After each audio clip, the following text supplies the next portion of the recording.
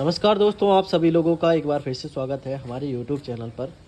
तो आज की इस इंटरेस्टिंग वीडियो में हम जानेंगे कि जो एसी-डीसी का बल्ब होता है, जिसको जादू बल्ब कहते हैं या फिर कोई इन्वर्टर बल्ब भी बोलता है, तो इस बल्ब को बनाने का सही तरीका कौन-सा होता है?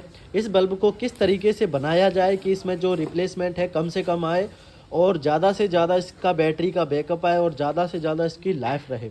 तो इस वीडियो को ध्यानपूर्वक आखिरी तक ज़रूर देखिएगा ताकि आप सीख सकें कि इस बल्ब को बनाने का सही तरीका क्या होता है और इसकी जो लाइफ होती है उसको कैसे हम बढ़ा सकते हैं। ओके, तो चलिए वीडियो शुरू करते हैं। लेकिन उससे पहले यदि आपने हमारे यूट्यूब चैनल को अभी तक सब्सक्राइब नहीं किया है तो चैनल को सब्सक्राइब कर लीजिए और जो बगल में घंटी का आइकन है उस पर टच करके ऑल नोटिफिकेशन को चालू कर दीजिए। तो चलिए आज की वीडियो को शुरू करते हैं। दोस्तों आप सभी लोग देख सकते हैं कि जो हमारा एसी-डीसी का सामान है, एसी-डीसी बल्ब बनाने का जो भी एलईडी बल्ब बनाने का पूरा सामान है हमने यहाँ पर रख लिया है। ये सारा सामान आपके पास में ज़रूरी है, कंपलसरी है आप लोगों के पास में। बहुत सारे लोग बताते तो हैं, कंप्लेंट आती है व्हाट्सएप पे कि सर रिप्लेसमेंट ज़्यादा आ रहा है, ये प्रॉब्लम है, पिघल रहा है बल्ब, ये है वो है। तो ये वीडियो आप ध्यानपूर्वक देखिए, इसमें मैं सब कुछ समझा दूंगा कि कहाँ पे आप क्या गलती करते हो, इसकी वजह से क्या प्रॉब्लम आती है।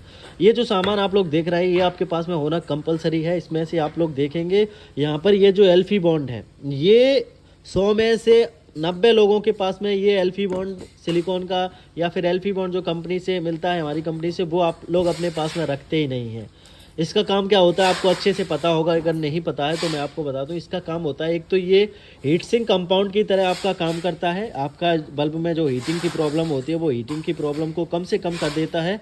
तथा जो आपकी एलईडी बल्ब की एमसीपीसीबी होती है, एमसीपीसीबी यानी कि जो एमसीपीसीबी होती है इसको चिपकाने का भी काम करता है रिंग के ऊपर, टिकली के ऊपर। ओके, तो ये आपका एल्फी बॉन्ड हो गया, ये आपकी हाउसिंग हो गई, ये आपका डिफ्यूज़र हो गया, ये आपकी रिंग हो गई, ये आपकी एसी-डीसी बल्ब की एमसीपीसीबी हो गई और ये हो गया सर्कल ड्राइवर जो कि सर्किट होती है पूरी। इसको आप लोग ध्यानपूर्वक देख लीजिए। ये आपकी सर्किट हो गई, ये B22 कैप, ये बैटरी है। इसकी जगह पे आप कोई भी नॉर्मली बैटरी ले सकते हैं, 1200 mAh हो, 2000 mAh हो, 2500 mAh हो। और ये कनेक्टर हो गया और ये हो गया टेप। टेप ज़रूरी नहीं है ब्लैक ही हो आपके पास में, कलर से कोई फ़र्क नहीं पड़ता, लेकिन टेप आपके पास में ज़रूर होना चाहिए। तो चलिए सबसे पहले हम इस पूरी प्रक्रिया को यहाँ पर हम आप लोगों को बता दें। उससे पहले एक चीज़ आप ध्यान दीजिए, ये जो आपका कनेक्टर एसी-डीसी बल्ब के साथ में आता है इसको हमने यहाँ पे सोल्डरिंग कर लिया। अभी इसको इस तरीके से सोल्डरिंग किया, इसमें भी बहुत सारे लोग गलती करते हैं। इसमें ये जो बॉडी होती है, ये बॉडी दोस्तों होती है माइनस और ये जो यहाँ पर पॉइंट होता है ये पॉइंट होता है प्लस। तो रेड वाला जो वायर है ये आपको यहाँ पर प्लस पे सोल्डरिंग करना होता है, ये और ये जो ब्लैक वाला वायर है ये बॉडी से आपको सोल्डरिंग कर देना है। ये हो गया आपका प्लस माइनस का। अब इसके आगे की जो भी प्रोसेस है वो आप लोग देख लीजिए। चलिए वीडियो को शुरू करते हैं। तो यहाँ पर सबसे पहले जब भी आप बैटरी पे सोल्डरिंग करेंगे तो आपको ज़रूरी है कि आप इस पर टेपिंग करें, जिससे कि कोई भी पॉइंट जो है आपके ड्राइवर से ना टच हो और जिसके कारण आपकी बैटरी भी सेफ रहे। तो यहाँ पर हम टेप को अच्छे से लगाएंगे। जो आपके पॉइंट्स है वो अच्छे से कवर होने चाहिए। कुछ इस प्रकार से आप टेप लगा सकते हैं।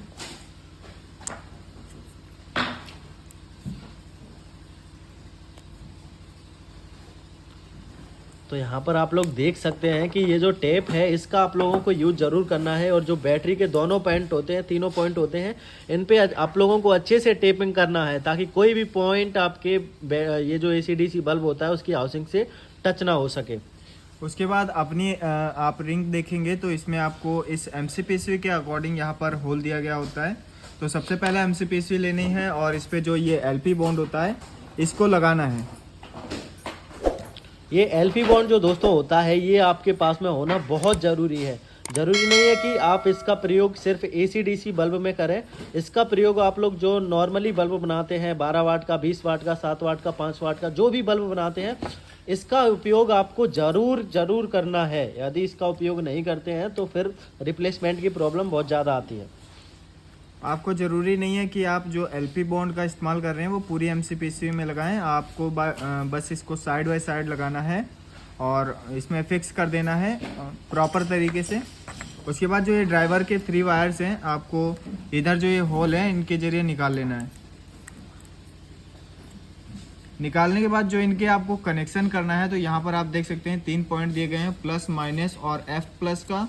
तो आप ड्राइवर पे सबसे पहले इन वायर्स के कनेक्शन को देख लेंगे कि कौन सा वायर कहाँ पर लगना है। ठीक है, तो वाइट वाला हमारा माइनस है, रेड वाला प्लस है और ब्लैक वाला F प्लस है। ठीक है, तो इसी प्रकार से हम यहाँ पर सोल्डरिंग कर देते हैं।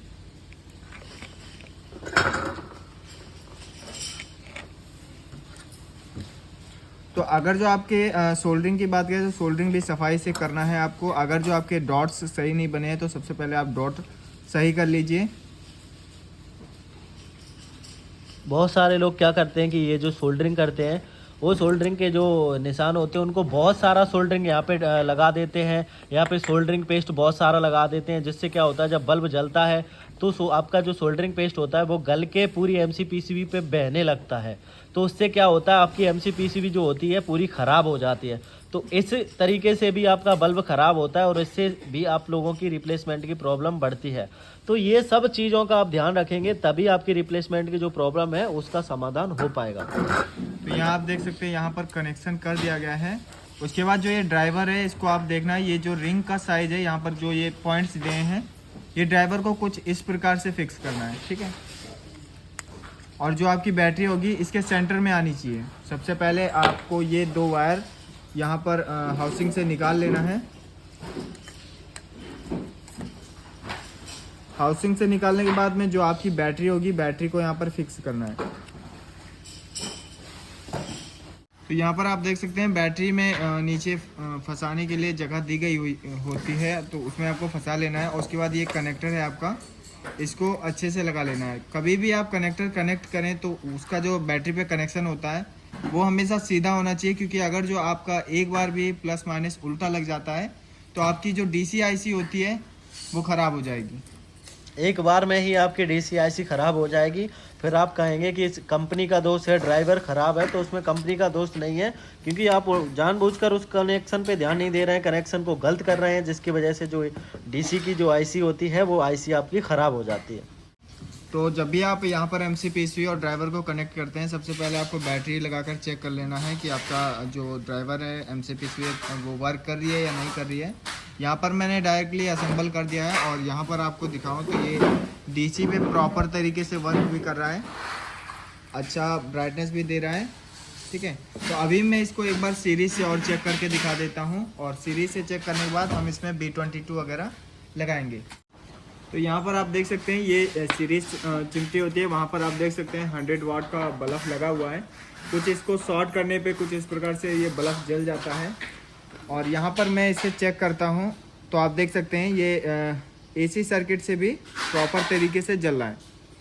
ठीक है, कभी भी आपको यहाँ पर बल्ब को चेक करना है या फिर रिपेयरिंग करनी है, कुछ भी करना है, तो आपके पास ये सीरीज होना ही होना चाहिए, क्योंकि इससे अगर जो आपके बल्ब बनाते समय कोई भी शॉर्टिंग होता है या फिर कोई बल्ब में प्रॉब्लम होता है तो आप सेफ्टी के साथ चेक कर सकते हैं। अगर जो डायरेक्टली चेक करेंगे तो इसमें कोई भी कंपोनेंट फट सकता है और आपको चोट भी पहुंचा सकता है। तो यहाँ पर अगर जो आपको ये सीरीज चिमटी बनानी नहीं आती है तो आप हमें नीचे कमेंट कर सकते हैं, हम इसके ऊपर वीडियो ज़रूर से बना देंगे। ठीक है, और आप प्रॉपर तरीके से उसमें सीख सकेंगे कि सीरीज चिमटी को कैसे बनाया जाता है। तो यहाँ पर हमने इसको रेडी कर लिया। अभी बारी है B22 कैफ को लगाने की। तो यहाँ पर अपने दोनों वायर्स को हम यहाँ पर सबसे पहले निकालेंगे। निकालने के बाद में यहाँ पंचिंग मशीन से हम इसको पंच कर लेंगे। पंच करते समय भी ध्यान रखना है कि आपको ज़्यादा ताकत नहीं लगाना है इसमें, क्योंकि ये फिर टूट भी सकती है हाउसिंग आपकी। और जो एक्स्ट्रा वायर्स निकल जाएंगे उन्हें आपको सबसे पहले अच्छे से साफ़ कर लेना है। B22 कैप के ऊपर ये वायर नहीं निकलने चाहिए। काट लेता हूँ। वायर्स को ज़्यादा बड़ा नहीं रखना है, आप छोटे से छोटा कोशिश कीजिए वायर रखने की। और इसको प्रॉपर तरीके से फोल्ड करके यहाँ पर इसको सोल्डरिंग कर देते हैं।